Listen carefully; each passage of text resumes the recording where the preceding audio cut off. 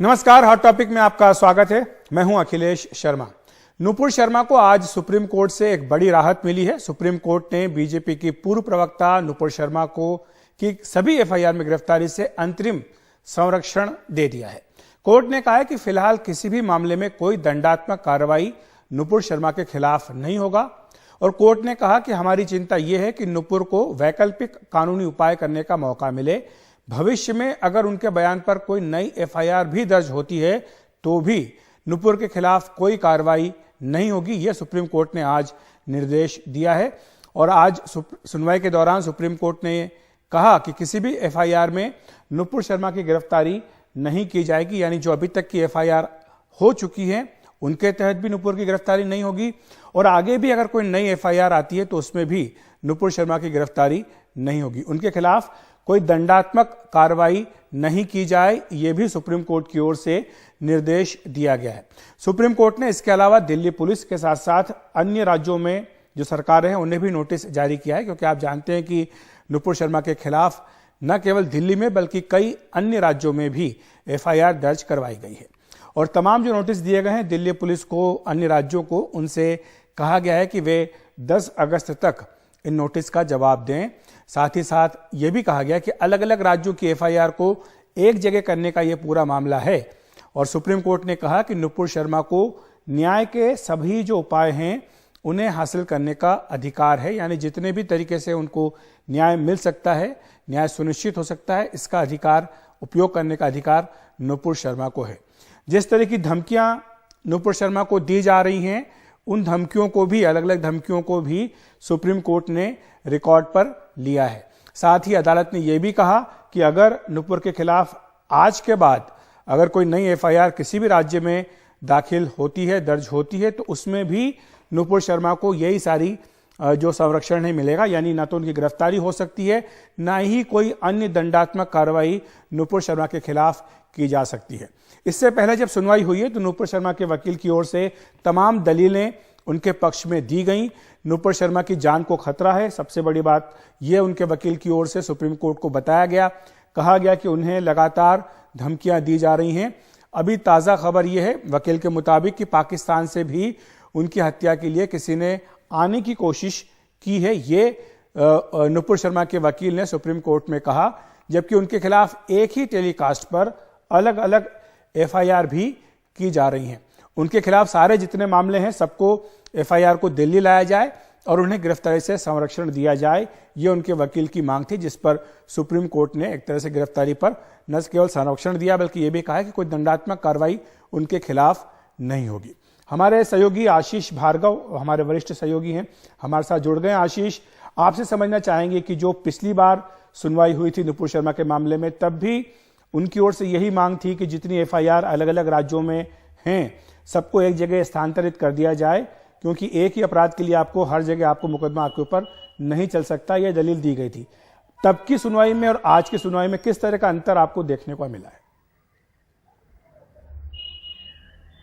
जी बिल्कुल, देखिए बिल्कुल सुप्रीम कोर्ट का यू टर्न हम कहेंगे इस मुद्दे पर। वो जो सुनवाई थी उसमें सुप्रीम कोर्ट ने कड़ी फटकार लगाई थी। एक तरीके से राहत तो दी नहीं थी, साथ ही ये भी कह दिया था कि आपने पूरे देश को, आपकी वजह से पूरा देश जल उठा है और आपको माफ़ी मांगने में आपने देरी की। माफ़ी जो आपने मांगी वो सशर्त माफ़ी मांगी, ये तमाम चीज़ें कही थी और कहा था कि आप उचित फोरम में चले जाएं। लेकिन एक बात काफ़ी अहम है अखिलेश, कि जब देश भर में मुकदमे दर्ज होंगे तो सबसे बड़ी बात यह है कि ऐसे मामलों में किस अदालत के पास ये अधिकार होगा कि वो ऐसे मामलों में कोई आदेश जारी करे। ये सिर्फ और सिर्फ सुप्रीम कोर्ट के पास वो अधिकार संविधान ने दिया है, क्योंकि जो हाई कोर्ट है उनका जुरिडिक्शन, उनका अधिकार क्षेत्र सिर्फ वो राज्य है जिसके वो हाई कोर्ट हैं। तो निश्चित तौर पर एक वो राहत लेने नुपुर शर्मा आई थी, जो राहत लेने तमाम लोग आते हैं।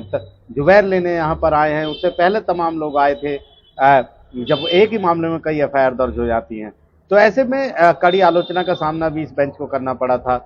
फिर नुपुर शर्मा ने अब एक बार फिर यहाँ पर एक अर्जी लगाई और कहा कि सुप्रीम कोर्ट की जो टिप्पणियां हैं उनसे जो कठोर आलोचना की गई उससे उनकी जान को और खतरा हो गया है। उनको बलात्कार करने की धमकी मिल रही है, उनको जान से मारने की धमकी मिल रही है।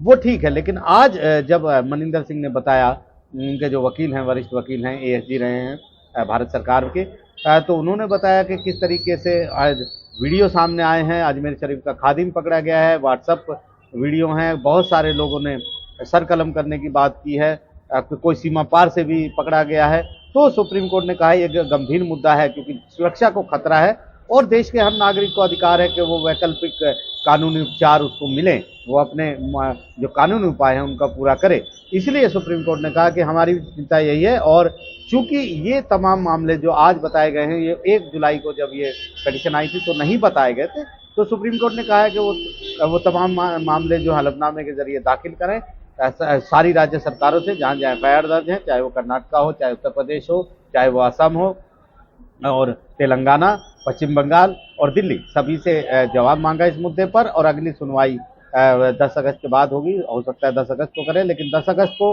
तक सबसे कब जवाब देना है। और बड़ी राहत नुपुर शर्मा को मिली है कि सुप्रीम कोर्ट ने कहा है कि कोई दंडात्मक, कोई कठोर कार्रवाई, कोई गिरफ्तारी नुपुर शर्मा की किसी मामले में नहीं होगी। और साथ ही अगर इसी मामले में, इसी टेलीकास्ट के मामले में कोई और शिकायत मिलती है, कोई और एफआईआर दर्ज होती है, तो उस पर भी कोई कार्रवाई नहीं होगी। बड़ा अंतरिम आदेश ये जारी किया है सुप्रीम कोर्ट ने, और बिल्कुल सही सुप्रीम कोर्ट ने वही किया है जो अक्सर ऐसे मामलों में सुप्रीम कोर्ट करता है।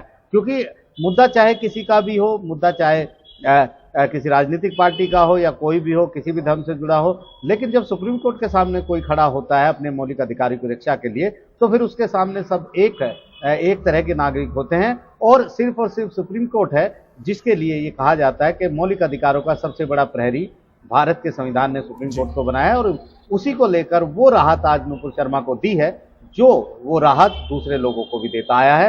कहीं ना कहीं वही राहत उसने जुबैर को भी दी है, लेकिन जुबैर देरी से सुप्रीम कोर्ट पहुंचे, इससे पहले वो पुलिस गिरफ्तार उनको कर चुकी थी और वो जेल जा चुके थे। आशीष, इसमें यह भी समझना चाहेंगे कि जो प्ली थी नुपुर शर्मा के वकील की ओर से, कहा गया था कि जितनी एफआईआर हैं अलग अलग राज्यों में, इन्हें दिल्ली में ट्रांसफर कर दिया जाए, उसके ऊपर क्या डेवलपमेंट हुआ है, उसको लेकर के सुप्रीम कोर्ट ने क्या कहा है? जी देखिए, आज कोई कुछ कहा नहीं है। हालांकि सुप्रीम कोर्ट के पुराने आदेशों को दिखाया था मनिंदर सिंह ने और बताया था कि सुप्रीम कोर्ट ने पहले भी ऐसे किया है। 2 केस उन्होंने रखे थे कि ट्रांसफर होते हैं इस तरीके से केस, लेकिन फिलहाल नोटिस किया क्योंकि दूसरा पक्ष यानी जो सरकारें हैं वो सुप्रीम कोर्ट के सामने नहीं थी, इसलिए सुप्रीम कोर्ट ने कोई फैसला इस पर नहीं दिया है। मुझे उम्मीद है कि अगली बार जब अगस्त में सुनवाई होगी तो उस पर सुप्रीम कोर्ट, जब सरकारें सामने होंगी, जवाब दाखिल करेंगी, तो उसके बाद सुप्रीम कोर्ट इस पर फैसला सुनाएगा। आज एक और टिप्पणी महत्वपूर्ण हुई। आशीष भार्गव, मामला दूसरा था अग्निपथ का, लेकिन उसमें यह कहा कि कोई मामला या मुद्दा अगर राष्ट्रीय, तो इसका मतलब ये नहीं कि आप सीधे सुप्रीम कोर्ट आए, जो राज्यों के हाई कोर्ट है आप वहां पर भी जा सकते हैं।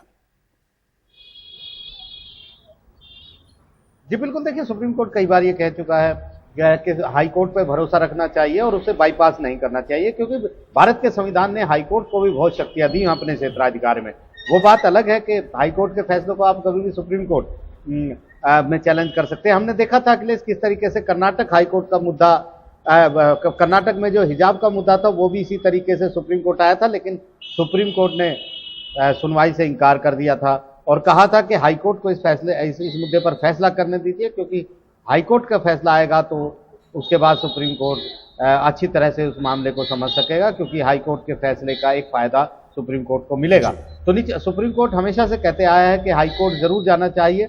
हालांकि कई मुद्दे ऐसे होते हैं जिसमें हाई कोर्ट जाने का कोई फायदा नहीं है, जैसे नुपुर शर्मा का केस है, उसमें हाई कोर्ट जाने का कोई फायदा इसलिए नहीं है कि अलग अलग जगह एफआईआर है। वो ऐसे में एक क्षेत्राधिकार किसी हाई कोर्ट का नहीं है। जब सुप्रीम कोर्ट इस मामले को दिल्ली की कोर्ट में ट्रांसफर कर देगा, दिल्ली की एफआईआर में क्लब कर देगा, तो उसके बाद दिल्ली हाई कोर्ट का जुडिक्शन इसमें बन जाएगा। तो सुप्रीम कोर्ट का हमेशा से रुख रहा है कि हाई कोर्ट को बाईपास नहीं करना चाहिए, क्योंकि संविधान ने उसको भी बहुत अधिकार दिया और उसके पास पूरी शक्ति है कोई भी आदेश जारी करने की अपने क्षेत्राधिकार में। बहुत बहुत शुक्रिया आपका आशीष, इस तमाम जानकारी के लिए, विस्तार से बताने के लिए कि आज सुप्रीम कोर्ट का आदेश आया, इसकी क्या अहमियत है और किस तरह से ये नुपुर शर्मा के मामले को असर इस पर पड़ेगा। फिलहाल एक ब्रेक ले रहे हैं, ब्रेक के बाद बताएंगे सीबीआई ने नीट घोटाले का पता लगाया है। सीबीआई ने एक बड़े नीट घोटाले का पता लगाया है। सूत्रों के मुताबिक कई उम्मीदवारों ने इसके लिए 20 लाख रुपए दिए थे। सीबीआई सूत्रों के मुताबिक कई राज्यों में यह घोटाला चल रहा है।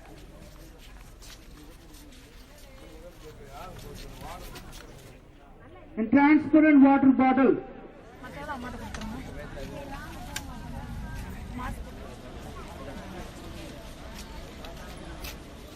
ये सीबीआई का ये दावा है कि ये पहली बार है कि जो सॉल्वर्स यानी जो एग्जाम में बैठ रहे थे और जो परीक्षा लिख रहे थे उनको गिरफ्तार किया गया है।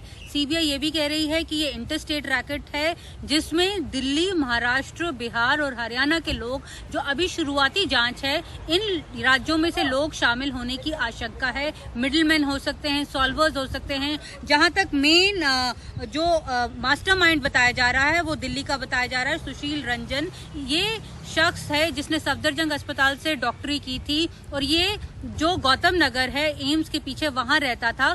दरअसल यही वो शख्स है जो मिडिलमैन के संपर्क में भी आता था और बच्चों के भी संपर्क में आता था और पूरा का पूरा खेल जो है वो ये चलाता था, ऐसा सीबीआई का दावा है। सीबीआई की एफआईआर में 11 लोगों के नाम जो हैं वो दर्ज किए गए हैं। अभी सीबीआई ने 8 लोगों को गिरफ्तार किया गया है, जिनमें से 6 जो हैं वो सॉल्वर्स हैं। यानी अगर आपको नीट की सीट में अगर आपको एक गारंटीड सीट चाहिए, अभी तक की ये जांच में आया है कि आपको 20 लाख रुपए जो है वो खर्च करने होंगे और जिसमें से 4 से 5 लाख रुपया जो है वो ईच सॉल्वर जो यानी जो परीक्षा में बैठता था उसको दिए जाते थे और बाकी का जो पैसा था वो बाकी लोग जो है आपस में मिलकर बांट लेते थे। जहां तक मोडस ऑपरेंडी का सवाल है, सीबीआई की एफआईआर के मुताबिक ये कहती है कि ये लोग जो हैं यूजर आईडी और साथ में पासवर्ड जो हैं उस बच्चे का ले लेते थे और उसे लॉगिन करते थे। लॉगिन करने के बाद जो आइडेंटिटी कार्ड है उसे मॉफ कर लेते थे और फिर परीक्षा में खुद बैठने जाते थे। तो ये एक रैकेट जो है, ये एक मॉड्यूल जो है अभी सीबीआई ने पकड़ा है। सीबीआई ये भी गुजारिश कर रही है लोगों से कि अगर आप भी किसी ऐसे किसी शख्स से या किसी इस तरह के फोन नंबर, अगर आपको इस तरह का कोई आया हो या फोन के जरिए संपर्क किया हो या आपको जानकारी हो तो आप सीबीआई के पास आए। आपकी कंप्लेंट जो है वो अनोनिमस रहेगी और जो सीबीआई है वो उस मामले की भी जांच करेगी। सीबीआई ये भी कह रही है कि अभी तक जो है ये बातें सामने आई हैं, अब आने वाले समय में जो है वो उन बच्चों से भी पूछताछ करेगी, उनके पेरेंट्स से भी पूछताछ करेगी, क्योंकि ये पता लगाने की जरूरत है कि आखिर कितना पैसा एक एक सीट के लिए ये लोग जो हैं वो लिया करते थे। वहीं केरल में नीट परीक्षा के दौरान छात्राओं के अंडरगारमेंट्स उतरवाने का मामला तूल पकड़ने के बाद नेशनल टेस्टिंग एजेंसी ने जांच के लिए एक टीम गठित की है। केरल के कोल्लम जिले के एक सेंटर पर रविवार 17 जुलाई को नीट की परीक्षा देने गई छात्राओं की जांच के दौरान अंडरगारमेंट्स उतरवा दिए गए। इसके पीछे तर्क यह दिया गया कि अंडरगारमेंट्स में लगा मेटल हुक मशीन में बीप की आवाज दे रहा है। विरोध करने पर छात्राओं को परीक्षा में न बैठने देने की चेतावनी भी दी गई। छात्राओं के परिजनों ने इसे लेकर पुलिस में मामला दर्ज कराया। राज्य के एक मंत्री ने इस घटना पर आपत्ति जताते हुए केंद्रीय शिक्षा मंत्री को चिट्ठी भी लिखी थी। साथ ही राज्य मानवाधिकार आयोग ने भी जांच के आदेश दिए हैं।